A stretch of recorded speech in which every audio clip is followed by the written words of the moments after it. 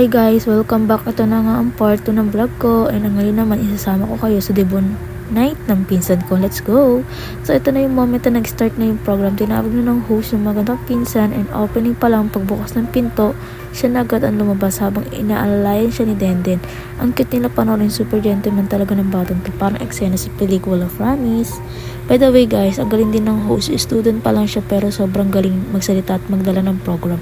May future talaga siya sa hosting. Talo na tayo sa pinaka-exciting at emotional na part. Ang 18 Roses. Habang isa-isang tinatawag yung boss at nagsasayawan sila, kitang-kita mo na naiiyak na yung birthday girl. Nakakahawa pala talaga yung ganitong moment, lalo na kung emotional ka rin. Ako guys, hindi ko na namalayan, naiiyak na rin ako. Dito ko talaga na-realize kung gaano ka-special ang debut. Hindi lang siya simpleng party kundi celebration ng growth, love ng pamilya, at support ng mga taong mahalaga sa'yo. Kaya pala maiiyakan sa debut. Ganito pala talaga yung feeling kapag ikaw na yung nanonood at bahagi ng moment.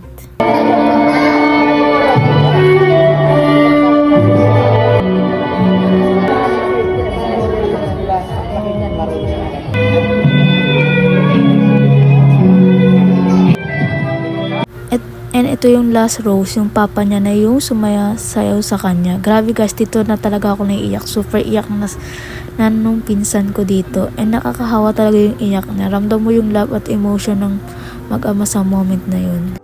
After ng roses, ito na yung 18 candles. Kami naman ang isa-isang tinawag para magbigay ng message sa birthday girls. And habang nagbibigay kami ng message, may iyakan ulit, hindi mawawala yun. Ramdam mo talaga yung sincerity, lalo na kapag galing sa pamilya. Ang sarap lang sa piling na marinig yung mga wishes, advice, at pagmamahal para sa kanya. Hello, ano sa fight song? Parang hindi ako ready na 18 na siya. Like, hello, parang kaka-18 ko lang pa siya na next. And then, yung last candle, syempre para sa mami niya. Dito naman naging emotional yung moment kasi habang nabibigyan ng message yung mom niya, hindi na napigil ni birthday girl umiyak. Ramdam mo yung love sacrifice at pagpapalaki sa kanya, as in heart touching talaga yung part na to. Syempre si tita, emotional yan. Alam ko nang iiyak din yan. After that, nagpalaro naman si tito ng mga games. Sayang nga lang kasi hindi ako nakasali. Paano ba naman tintopak si baby ko that time at minararamdaman siya. Kaya ako talaga yung kailangan niyang kasama. Sayang yung prizes ha. Pero enjoy pa rin panoorin yung mga games. Tawanan, sigawan at competitive moments. After games, nagkantahan din sila and may prizes din. Eventually, kumanta na rin yung birthday girl and grabe guys, ang galing niya. Ewan ko ba parang lahat sa pamilya namin magagaling kumanta. Ako lang talaga yung mahihain sa pagkanta kaya pakinggan nyo na lang yung performance na deserve nyo talaga yung spotlight.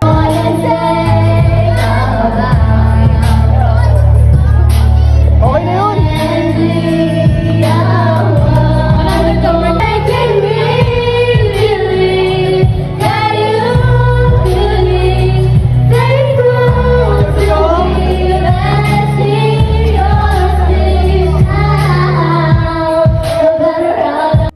Hindi pa nga tapos yung games, tuloy-tuloy pa rin yung program and ang saya lang kasi walang dull moment. Lagi may ganap, lagi may energy sa venue.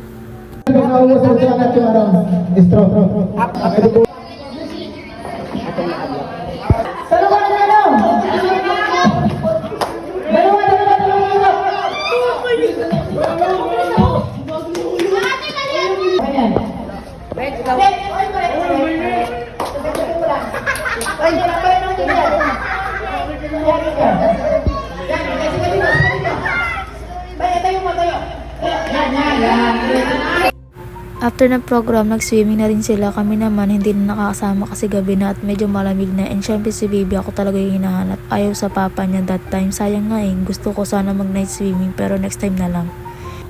Nagising ako ng around 6 AM and guys, sobrang ganda ng umaga dito. Tahimik, malamig yung hangin. Tapos kita mo agad yung sikat ng araw sa taas ng treehouse. Sobrang calming ng view. Parang ang sarap lang tumangangat magmuni-muni habang nagkakape.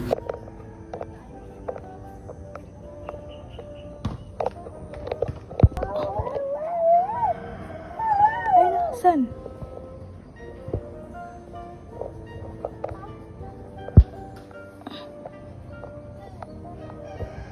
Since last day na namin, pinag-swimming ko na si baby ulit and super enjoy na enjoy siya kasi maya maya uuwi na rin kami. After breakfast, nag-swimming na rin yung iba habang ako naman nagmo-morning bath kay baby. By the way guys, may kasama pala kaming doctor nurse kasi nilagnat si baby kagabi. Pero okay na siya. Thank God talaga kaya mas kampante na kami lahat. Palaro ulit si Tito, naghagay siya ng mga barya sa pool tapos hahanapin ng mga bata. Simple lang yung game pero sobrang saya panoorin, sigawan, tawanan at unahan talaga.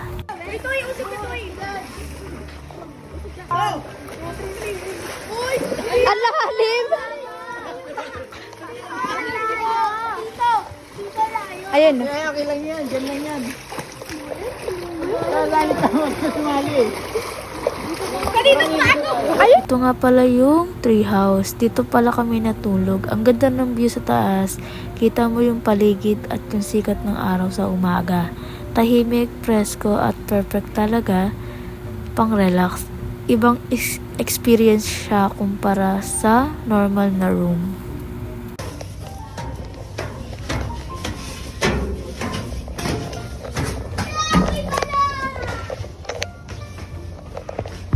After that, pauwi na rin kami. Medyo sad kasi bitin yung stay pero sobrang sulit ng outing namin. Puno ng memories, banding, tawanan, iyakan at special moments with family.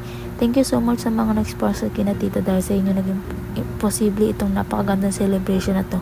So guys, that's it for the part 2 ng vlog ko. Thank you so much for watching and I see you on my next vlog.